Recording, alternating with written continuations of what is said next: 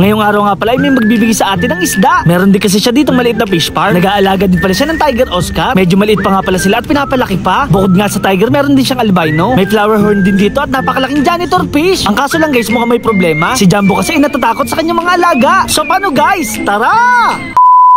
Kaya naman isang araw, napansin ko nga pala na mahaba na ang aking buhok. Kailangan ko na siguro magpagupit. Habang humahaba kasi ito ay kumukulot na ang dulo. Natapalan na nga pala ni Kuya ang basag ng ating aquarium. Kaya naman anytime pwede na tayo maglagay dito ng isda. Natapalan na nga rin pala itong isang aquarium. Halos ilang araw nga pala namin to binabad sa araw para matuyo. Naligtas na rin pala namin to at walang tumatagas na tubig. Napakaganda pala gumamit ng ganitong klaseng product. So paano guys? Tara! Bago nga pala ako magpagupit, kailangan ko muna mag-cash out ng pera. Kailangan ko na rin kasi magbayad ng bahay. Dahil maaga pa wala pa gaanong customer. Napakabilis din pala dito ng proseso. Less hassle din pala to sa pagbabayad ng pag-ibig. Hindi ka nagigising ng umaga para pumila sa kanilang opisina. Pusa nga pala ang kanilang bantay. Para daw kapag may masasamang loob, kakalmutin na lang ni Mingming. Char! Pupunta naman ako sa palengke. May followers nga pala dito na nanghihingi ng sticker. Napakaswerte niya nga kahit papaano meron tayong natitira. Dahil magtatanghalian na, bibili na lang ako ng lutong ulam. Sa labas nga pala ako ng village namin bumibili ng ulam para mas mura. Meron nga pala ditong nilaga at balato. Meron din dinuguan at Stephen Curry. Sinabi ko nga pala na vlogger tayo, kaya naman dinagdagan ng serving. Maraming salamat po at big shoutout sa inyo. Bibili na rin pala tayo ng bigas. Ang lagi ko nga palang binibili itong maalsa. Buhagag kasi to at napakagandang isangag sa umaga. Dito nga pala ako laging bumibili ng bigas dahil laging sobra ang timba. Kaya naman umuwi muna ako sa bahay. Inatid ko muna tong binili ko para makakain na sila mama. Dito nga pala ako magpapagupit sa Elida's Barbershop. Nandito rin pala ang may-ari na si Jumbo.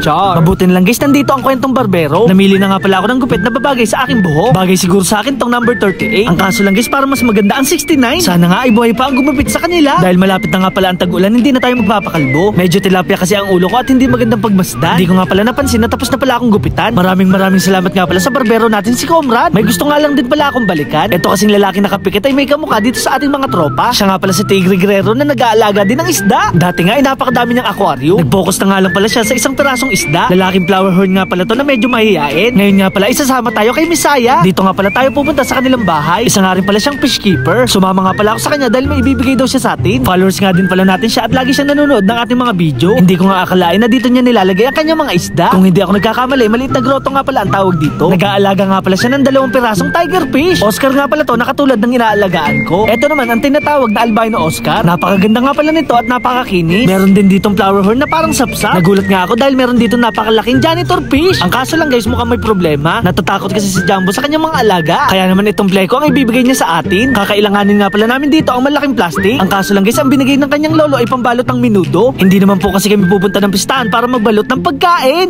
Char! At dahil walang plastic, gagamit na lang tayo ng garbage bag. Dinoble ko na rin pala para hindi mabutas. Maraming salamat nga pala kay Misaya Hawkson sa panibago nating alaga. Pag uwi ko nga pala sa bahay, agad ko itong nilagay sa balde na may tubig. Hindi ko nga inaasahan na bigla siyang tatalon. Napakalikot pala nito at hindi mapakali. Kaya naman isasama ko na lang siya sa ating mga Oscar fish para may tagalinis. So paano guys, hanggang dito na lang. Maraming salamat sa panonood. Paalam! Yeah! Yes, babe. Oh, ano bang ingay mo? Narinig ka sa baba. Tingnan mo kasi nanalo ako sa talo ng 3,350. Talaga? Oo, Paano? tingnan mo. Kasi madali lang to, naglalaro lang. I-scratch mo lang yan, tapos mananalo ka na. Sige nga. Tingnan mo, i-scratch natin yan. I-scratch natin yan. Ganyan mo lang. Tapos ganyan mo. 670 na, di ba? Kanina 3,000, tapos 670, isa pa. Tingnan mo, sabi ko sa'yo, isa pa, mananalo tayo dito. Kanina pa ako naglalaro dito. Yan, pwede natin ulitin. Zero, okay lang yan, walang problema. Isa pa. Tingnan mo ha.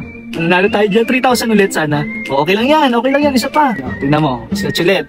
670 naman. Di ba, napakadali. Isa pa, lalaro pa tayo. Yan, i-scratch mo lang ng ganyan. Scratch mo lang, hantay mo lang. Di ba? 3,350 ulit, napakadali lang, di ba? Dali na. Pwede ko na i-cash out to. Sige. Di ba? Kung gusto niyo maglaro ng tala, nasa comment section ko lang yung link para mag-register. Di ba?